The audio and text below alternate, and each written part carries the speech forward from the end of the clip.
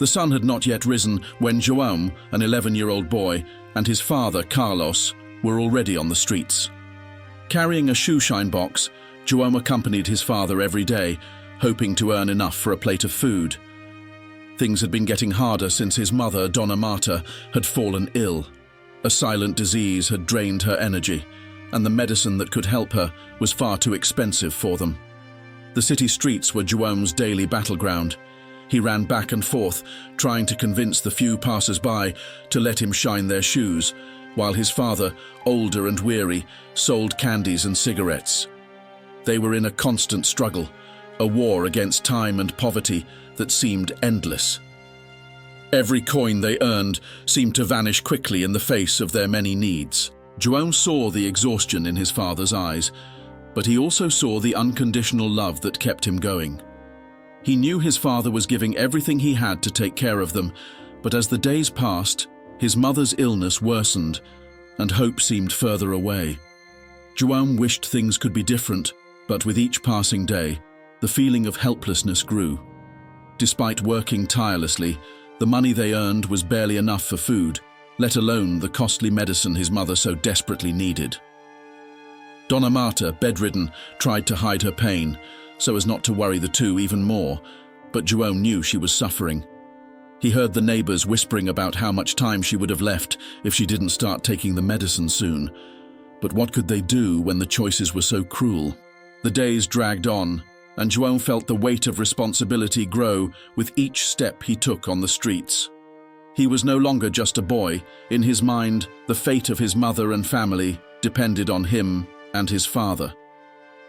While Carlos maintained a stern expression, doing his best not to show his despair, João knew just how close they all were to collapse.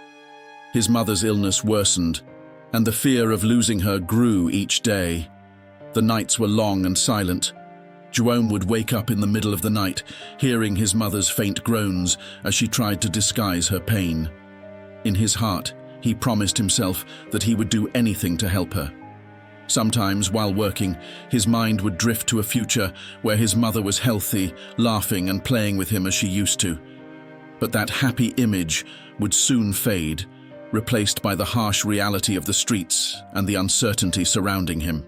Carlos, on the other hand, was beginning to show signs of extreme exhaustion. The long days, combined with the worry over Marta, made him quieter and more distant. Although he tried to be strong for his son, the truth was that he too was on the verge of losing hope. "Maybe if we could get one more job. Something else," Carlos would say during moments of reflection, as if the solution were in someone else's hands, not theirs. João refused to let himself be discouraged easily. Even though he was just a boy, he felt obligated to be a rock for his family, holding on to what little hope remained. He spent all his time thinking of ways to earn more money. He tried cleaning car windows at intersections, selling candies at traffic lights, but nothing seemed to be enough. The little he earned felt like a drop in the ocean of problems they faced. Often, people on the streets would pass by João without even noticing him. He saw in some eyes a silent disdain, as if his presence were an inconvenience, something to be ignored. But he didn't care. Every customer he could get, every coin that fell into his hands, was a step closer to helping his mother. What he didn't know, however, was that something unexpected was about to change the course of their lives forever. Time seemed to be working against them. Dona Marta's health was deteriorating rapidly, and anguish filled their home. João and Carlos continued their daily battles on the streets, but the money they gathered was never enough to buy the medicine. With each passing day, Marta's cough grew stronger and her skin paler, which made João's heart tighten with fear. Carlos, usually calm, was beginning to show signs of despair. He knew that without the medicine, his wife might not hold on much longer. "If only we had more time," he would murmur, almost as if talking to himself. João watched his father and felt the weight of a responsibility that shouldn't be on his young shoulders. The streets, which had once been just a challenge, now felt like a maze with no way out. Every day that passed without getting the medicine was a defeat. João tried to keep hope alive but was beginning to wonder if a miracle could still happen. On an intensely hot day, when the exhaustion seemed unbearable, João wandered the streets with his shoeshine box in hand.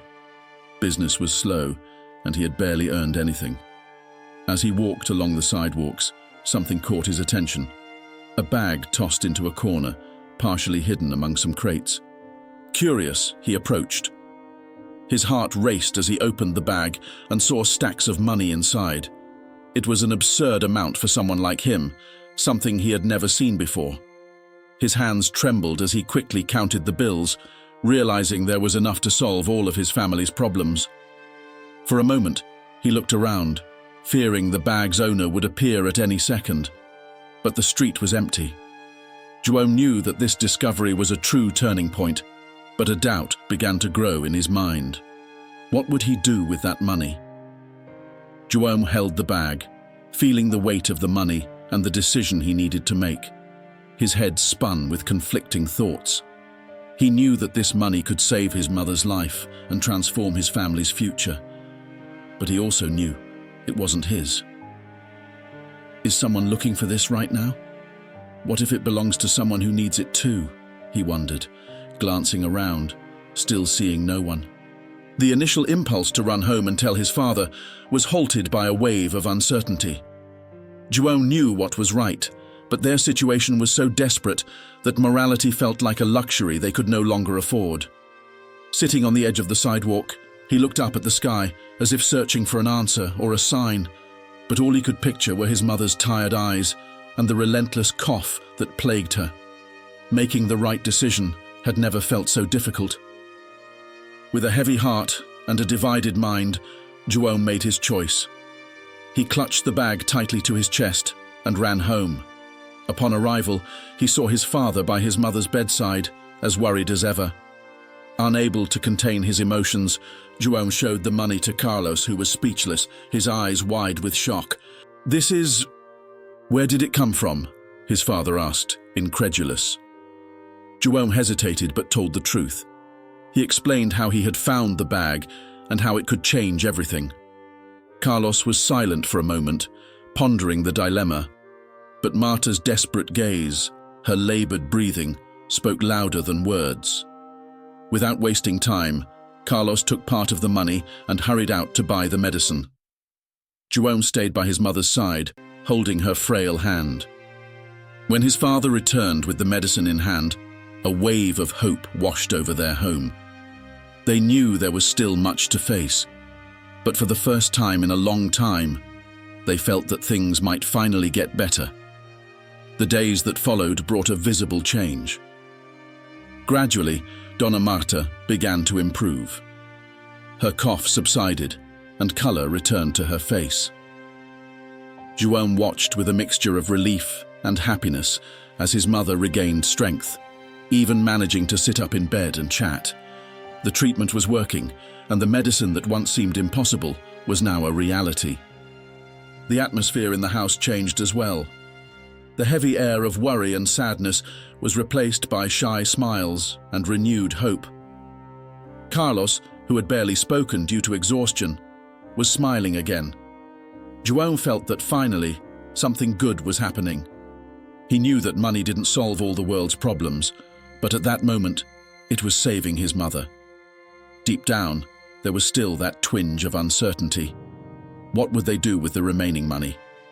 João knew they needed to think carefully, but for now, seeing his mother recover was the greatest reward he could have. With Dona Marta's recovery, the family began to consider what to do with the leftover money. João, who had become an observant watcher of the neighborhood's needs, noticed that many of his neighbors were also struggling. He remembered how some families were fighting to put food on the table and care for their children.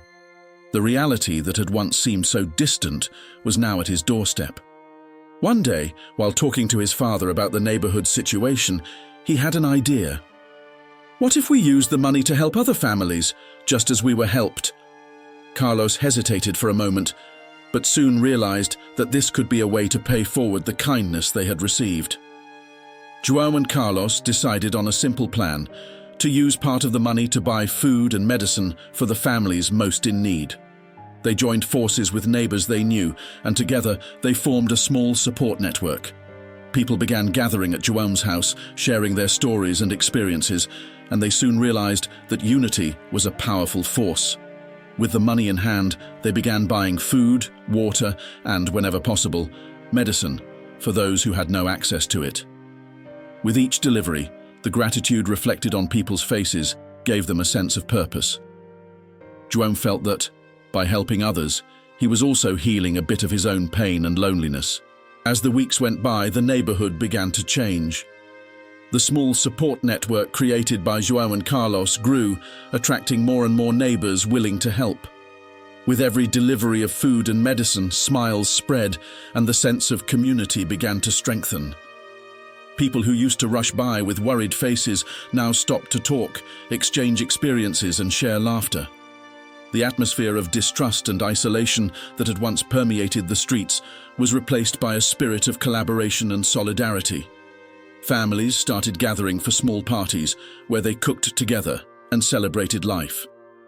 Seeing the impact of their actions, João and Carlos felt more motivated than ever. They organized community events where people could share not only food, but also talents and skills. Dona Marta, now fully recovered, began teaching cooking classes to neighborhood mothers, while fathers, inspired by the change, offered small services like repairs and maintenance. The neighborhood, which once seemed like a place of struggle and despair, was now an example of resilience. People began to dream again and to plan for a better future. The transformation was palpable, and the unity showed that even in difficult times, solidarity could bring hope and renewal. João, watching all this, realized that he hadn't just helped his mother, but had also contributed to creating a new home for everyone. With the neighborhood revitalized and people united, João felt a joy he had never known before. He saw the result of his family's efforts and courage, which gave him strength to dream. Life was beginning to bloom on every corner, and smiles replaced the worry that once dominated the scene. Dona Marta, now full of life, decided to open a small food stand on the corner, selling dishes she prepared herself. It was her way of giving back to everyone who had helped her and, at the same time, ensuring an income for the family. Her cooking delight soon attracted a line of people, and the success was beyond what they had imagined. Carlos also started getting involved in community projects, helping to organize events and fundraisers for those who still needed support. João, in turn, became a small leader among the neighborhood children, encouraging them to unite in educational and recreational activities. The spirit of togetherness was stronger than ever, and the children were learning the importance of helping one another. That place, once marked by hardship and pain, was now a symbol of hope and resilience. João looked around and remembered the day he found the bag of money. That moment, which had seemed like a stroke of luck, had become the spark that ignited a great fire of change. In the end, João learned that true wealth wasn't in the money he had found, but in the connections he had formed and the strength of the community he helped build. He understood that together they could face any challenge, and that a better future was not only possible, but real. The love and solidarity that had blossomed among them ensured that they would never be alone again. What would you do if you found a bag full of money? Would you follow João's example and use it to help your family and community? Or do you think João and his father were wrong to use the money? Share your thoughts in the comments. Don't forget to like and subscribe to the channel for more inspiring stories like this one.